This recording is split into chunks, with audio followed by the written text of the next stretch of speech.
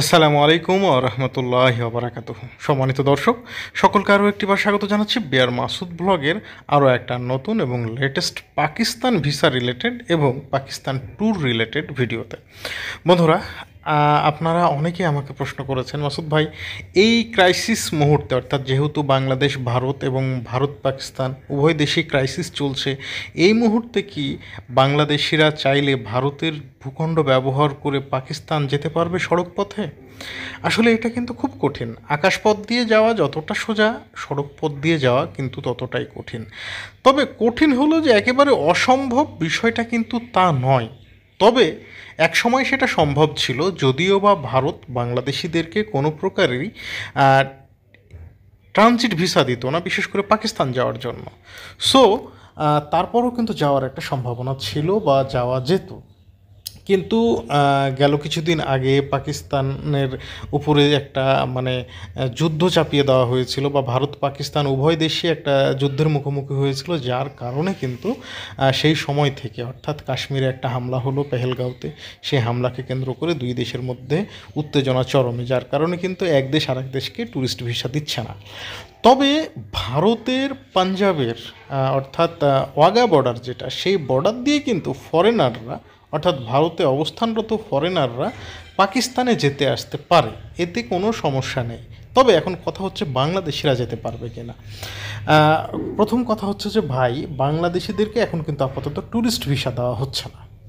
যেহেতু tourist visa দেওয়া হচ্ছে না, সেহেতু এই প্রসেসটা খুবই কঠিন। কারণ আগে যখন ট্যুরিস্ট ভিসা দেওয়া হতো, তখন আপনি পাকিস্তানের ভিসা, যেহেতু এটা হচ্ছে ই ভিসা, আপনি এটা নিয়ে চলে যেতে পারতেন।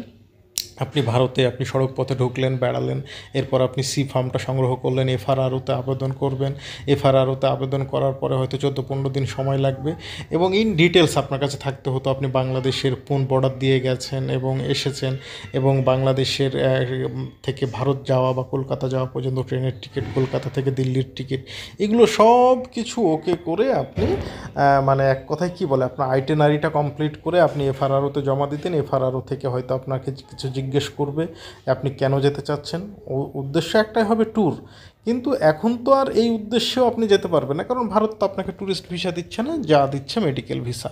তবে আপনি যদি ডাবল এন্ট্রি ভিসায় ভারত যান, সেক্ষেত্রে আপনার একটা সুযোগ আছে। বা পরবর্তীতে, এখন আপনারা যারা ভিডিওটা দেখছেন, যদি কয়েক বছর পরে দেখেন, এখন যদি ভারত, বাংলাদেশ, পাকিস্তান ভিসা স্বাভাবিক হয়ে যায়, তাহলে কিন্তু খুব ইজিভাবেই আপনি যেতে পারবেন।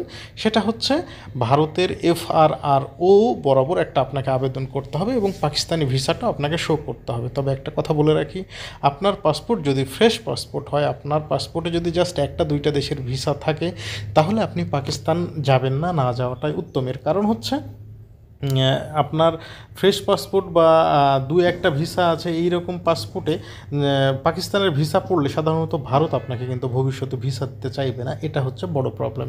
এছাড়া তেমন কোনো প্রবলেম নেই। তো এখন কথা হচ্ছে যে এই মুহূর্তে কী করে সম্ভব? হ্যাঁ, এই মুহূর্তে সম্ভব যদি আপনি ডাবল এন্ট্রি ভিসা নিতে পারেন। ডাবল এন্ট্রি ভিসায় আপনি ভারত যাবেন, এবং সেখান থেকে প্রথমে যাওয়ার শুরু থেকে আপনাকে যে সমস্ত নিয়মগুলো ফলো করতে হবে, 1 নাম্বার হচ্ছে বাংলাদেশ থেকে যদি আপনি মনে করেন আপনি বাসে গেছেন, শ্যামলী ট্রাভেলসে গেলেন, আপনি শ্যামলীতে গেলেন, সেই টিকিটটা আপনাকে সংরক্ষণ করতে হবে। এরপর আপনি হয়তো সেখান থেকে ট্রেনে করে কলকাতা গেছেন, এগুলো সংরক্ষণ করতে হবে। কলকাতায় যে হোটেলে আপনি থাকবেন, সেই হোটেলে সি ফর্ম আপনাকে নিতে হবে, এবং আপনার ভারতের ভারতের ভিসা এবং আপনার পাসপোর্টের ডিটেলস, অর্থাৎ ভারতের ভিসা করতে আপনার যা যা কাগজ লেগেছিল, এই সমস্ত ডকুমেন্টসগুলো স্ক্যান করে আপনাকে এফআরআরওর যে ওয়েবসাইটে দেখবেন, গেলে আপনি একটা মেল পাবেন, ওই মেল অ্যাড্রেসে আপনাকে আবেদন করতে হবে। আপনার কিসের জন্য? এক্সিটের জন্য। কোথায় যেতে চান আপনি? পাকিস্তানে এক্সিট করতে চান।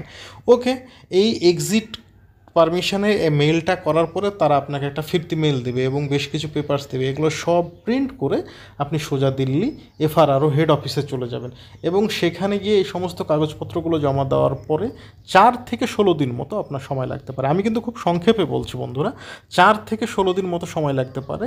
এর মধ্যেই হয়তো আপনাকে কল করবে, কল করে আপনাকে হয়তো আপনার এক্সিট পারমিটটা দিয়ে দেবে, এবং আপনাকে জিজ্ঞেস করতে পারে কেন আপনি যাচ্ছেন। আপনার উত্তর হবে একটাই, জাস্ট ট্যুর। তবে বন্ধুরা, আপনার পাসপোর্টে যেন খেয়াল রাখবেন কমপক্ষে 8 থেকে 10টা দেশের ভিসা থাকে, না হলে কিন্তু বিপদ। দিল্লিতে যখন এই পেপারসগুলো আপনি জমা দিবেন, এরপরে আপনি চাইলে দিল্লির বাইরেও ঘুরতে পারেন, দিল্লিতেও থাকতে পারেন, অর্থাৎ আপনাকে সেই মুহূর্তে ভারতে অবস্থান করতে হবে, আপনার কিন্তু ভারত এক্সিট করা চলবে না। এরপরে আপনাকে হয়তো তারা ডেকে আপনাকে এক্সিট পারমিট দিয়ে ছেড়ে দিলে আপনি সোজা চলে যাবেন অমৃতসর। অমৃতসর থেকে ওয়াঘা বর্ডারে আপনি সুন্দরভাবে এক্সিট করে আপনি পাকিস্তানে যেতে পারবেন। আর পাকিস্তানি কর্তৃপক্ষ হয়তো আপনাকে তেমন কোনো জিজ্ঞাসাবাদ নাও করতে পারে। যদি আপনার পাসপোর্টে একাধিক মানে 4-5টা বা 7-8টা 10টা দেশের ভিসা থাকে, সেক্ষেত্রে সমস্যা নাও হতে পারে। তবে ইদানিং কিন্তু পাকিস্তানি কর্তৃপক্ষও বাংলাদেশিদেরকে সন্দেহের চোখে দেখতেছে। এর কারণ হচ্ছে অনেকেই পাকিস্তানের ভূখণ্ড ব্যবহার করে ইরান হয়ে ইউরোপ যাওয়ার একটা মানে ট্রাই করছে, যার কারণে পাকিস্তানিরাও বাংলাদেশিদেরকে নিয়ে এই মুহূর্তে খুব সতর্ক আছে। যদিও বা তারা অনেক অনেক বেশি আন্তরিক বাংলাদেশিদের বিষয়ে, তারপরেও কিন্তু তারা অনেক সতর্ক। সুতরাং এইটা মনে করার কিছু নাই যে আপনি পাকিস্তানের মাটিতে পা দিলেই আপনাকে একদম সবাই জামায় আদর করবে। অবশ্যই আপনাকে আপনার ওয়েট বজায় রাখতে হবে। তবে আপনাকে বলবো এই মুহূর্তে এইভাবে না যাওয়াটাই সবচাইতে উত্তম হবে। আপনার যদি পাকিস্তান ভ্রমণের এতই ইচ্ছা থাকে, তাহলে ভাই আপনি অন অ্যারাইভাল ভিসা নিয়ে ঢাকা থেকে সোজা আপনি ফ্লাইটে করে চলে যান। হয়তো বা বিমান ভাড়া বেশি লাগবে, তবে আপনি একটু অগ্রিম যদি টিকিট কাটেন, যদি আপনার ট্রানজিটটা শ্রীলঙ্কা দিয়ে হয়, তাহলে হয়তো 80,000 টাকার মধ্যে হয়ে যাবে আশা করছি। আর যদি দুবাই দিয়ে হয়, তাহলে সেক্ষেত্রে প্রায় 1.5 লাখ টাকা হয়ে যাবে ট্রানজিট। তো আপনাকে দেখে শুনে আপনার সিদ্ধান্ত নিতে হবে। আর এই মুহূর্তে পাকিস্তান মানে স্থলপথ দিয়ে ট্রাই না করাটাই উত্তম। ট্রাই করলেও হয়তো পারবেন কি না সন্দেহ। যাই হোক, আল্লাহ চাইলে তো সবই সম্ভব, তবে মনে হয় না সম্ভব। আর বিশেষ করে আপনার পাসপোর্টে, আবারও বলছি, যদি আপনি অগ্রিম পাকিস্তানের ভিসা আপনি নিয়ে নেন, তাহলে কিন্তু ইন্ডিয়াতে ঢুকতে মানে ইমিগ্রেশনই আপনার বিশাল প্রবলেম হয়ে যাবে। তবে যদি সেক্ষেত্রে, আবারও বলছি, আপনার 8টা 10টা বা 20টা দেশের ভিসা থাকে, সেক্ষেত্রে কোনো ঝামেলা হবে না। বা কোনো দেশই তখন ইমিগ্রেশনে ঝামেলা করে না। ইমিগ্রেশনে ঝামেলা হয় প্রথম 1টা 2টা ভিসা হলে, সেই ক্ষেত্রেই সমস্যা হয়, এছাড়া আর কোনো সমস্যা হয় না। তো বন্ধুরা, আমি চেষ্টা করলাম আপনাদের অনেকেরই অনুরোধের প্রেক্ষিতে এই ভিডিওটা দেওয়ার জন্য।